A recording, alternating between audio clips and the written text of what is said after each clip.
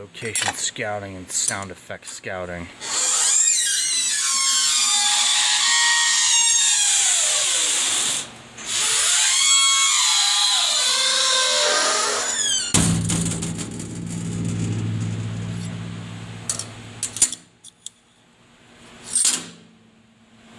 It's pretty post-apocalyptic.